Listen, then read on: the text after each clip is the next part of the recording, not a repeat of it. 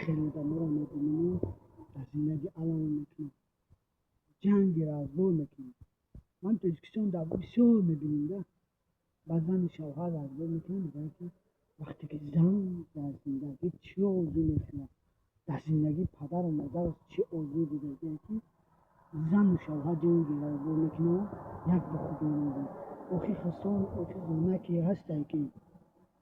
حرمت خسته شما را نکنه، حرمت چی را نکنه، در زندگی چه اوضاعی خدا میبینه هیچی را در زندگی عذابای سخته میبینیم هیچی در خونه چی کم بود هیچی همین چیز دیگه مادر در روی که همین فقط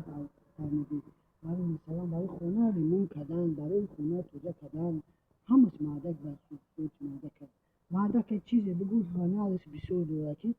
زن از میگو میکنه تعریف میکنه بسیاری میکنه بسیار هنرشون بسیاره بعد از زندگی خیلی آدم رو بود میبینیم که جنگ را زن و شوهر دوست نمیدونن برای که هم بسیار حالت رو دیدیم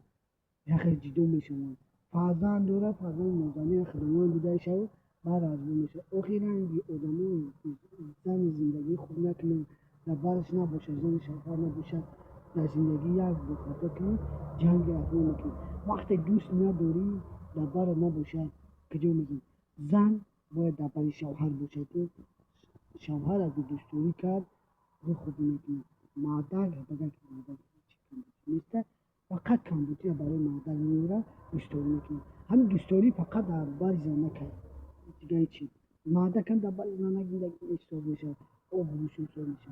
نمیره فرموش نکنه که اصلا نکشمه خودتون میکنه نمیره در اصلا کنه